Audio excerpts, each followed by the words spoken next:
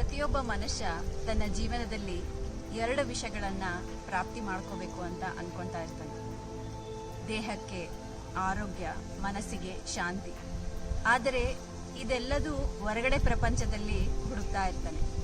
ಆದರೆ ಇದೆಲ್ಲದಕ್ಕೂ ಉತ್ತರ ಈ ಕ್ಷಣನೇ ಇದೆ, ನಮ್ಮೊಳಗಡೆನೇ ಇದೆ. ಇದನ್ನ ಪ್ರಾಪ್ತಿ ಮಾಡ್ಕೊಳೋ ಮಾರ್ಗ ಧ್ಯಾನ. ಪ್ರತಿಯೊಂದು ಸಮಸ್ಯೆಗೆ ಉತ್ತರ ಧ್ಯಾನ.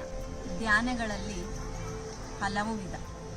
ಇದರಲ್ಲಿ ಅತ್ಯಂತ ಸುಲಭವಾದದ್ದು, ಶಕ್ತಿಯುತವಾದದ್ದು ಆನಾಪಾನಸತಿ ಧ್ಯಾನ. ಈ ಆನಾಪಾನಸತಿ ಧ್ಯಾನವನ್ನ ನಾವು ಗೌತಮ ಬುದ್ಧ ಅವರಿಂದ ಅಳವಡಿಸಿಕೊಂಡಿದ್ದೀವಿ. ಇಲ್ಲಿ ಯಾವುದೇ ಗುರುವಿನ ಹಾಗೂ ಯಾವುದೇ ಮಂತ್ರ ಉಚ್ಚಾರಣೆಯ ಅವಶ್ಯಕತೆ ಇಲ್ಲ. ನೀವು ಮತ್ತೆ ನಿಮ್ಮ ಶ್ವಾಸ ಅಷ್ಟೇ.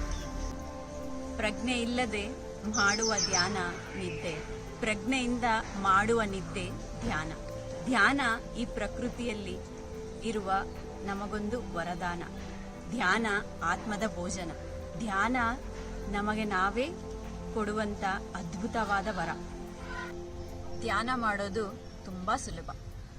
ಯಾವುದೇ ಸುಖಾಸನದಲ್ಲಿ ಕುಳಿತುಕೊಳ್ಳಿ, ಆರಾಮವಾಗಿರ್ಬೇಕಷ್ಟೆ. ಚಸ್ಮಾ ಹಾಕುತ್ತಿದ್ದಲ್ಲಿ ಚಸ್ಮಾವನ್ನ ತೆಗೆದಿಡಿ. ನಿಮ್ಮ 2 ಕೈಗಳನ್ನ ಲಾಕ್ ಮಾಡಿ, ನಿಮ್ಮ ಕಾಲುಗಳನ್ನ ಕ್ರಾಸ್ ಮಾಡಿ ಕುತ್ಕೊಳ್ಳಿ. ನಿಮ್ಮ 2 ಕಣ್ಣುಗಳನ್ನ ನಿಧಾನವಾಗಿ ಮುಚ್ಚಿ, ನಿಮ್ಮ ಶ್ವಾಸದ ಮೇಲೆ ನಿಮ್ಮ ಗಮನ ಹರಿಸಿ. ಯಾವುದೇ ತರಹದ ಮಂತ್ರ ಉಚ್ಚಾರಣೆ ಬೇಡ, ಜಪ ಬೇಡ. ನಿಮ್ಮ ಸಹಜವಾದ ಉಸಿರಾಟವನ್ನೇ ನೀವು ಗಮನಿಸಿ. ನಮ್ಮ ದೇಹದ 10% ಶಕ್ತಿ ನಮ್ಮ ಕೈಗಳಿಂದ, 10% ನಮ್ಮ ಕಾಲುಗಳಿಂದ, 80% ಶಕ್ತಿ ನಮ್ಮ ಕಣ್ಣುಗಳಿಂದ ಹೊರ ಹೋಗ್ತಾ ಇರುತ್ತೆ.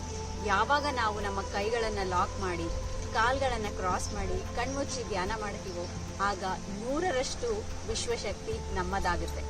ಆಗ ನಮ್ಮ ಸುತ್ತಲೂ ಆ ಎನರ್ಜಿ ಫೀಲ್ಡ್, ಶಕ್ತಿಯ ವಲಯ ಸೃಷ್ಟಿಯಾಗುತ್ತೆ. ಪ್ರತಿಯೊಬ್ಬ ವ್ಯಕ್ತಿ ತನ್ನ ವಯಸ್ಸಿನ ಅನುಸಾರವಾಗಿ ಧ್ಯಾನ ಮಾಡಬೇಕು. 10 ವರ್ಷ 10 ನಿಮಿಷ, 60 ವರ್ಷ 60 ನಿಮಿಷ.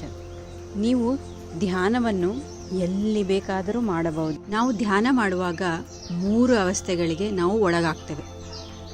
ಮೊದಲನೇದಾಗಿ, ಯಾವಾಗ ನಾವು ನಮ್ಮ ಸಹಜವಾದ ಉಸಿರಾಟದಲ್ಲಿ ಲೀನವಾಗ್ತೀವೋ ಆಗ ನಮ್ಮ ಆಲೋಚನೆಗಳು ಶೂನ್ಯವಾಗುತ್ತೆ.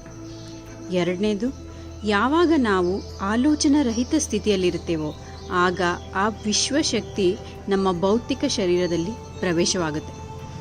3ನೇದು,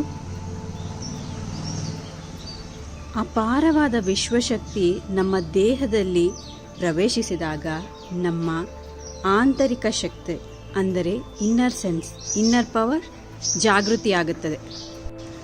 ಧ್ಯಾನ ಮಾಡುತ್ತಾ ಇರಿ. ಎಲ್ಲರಿಗೂ ಧ್ಯಾನ ಹೇಳಿಕೊಡಿ. ಧನ್ಯವಾದಗಳು.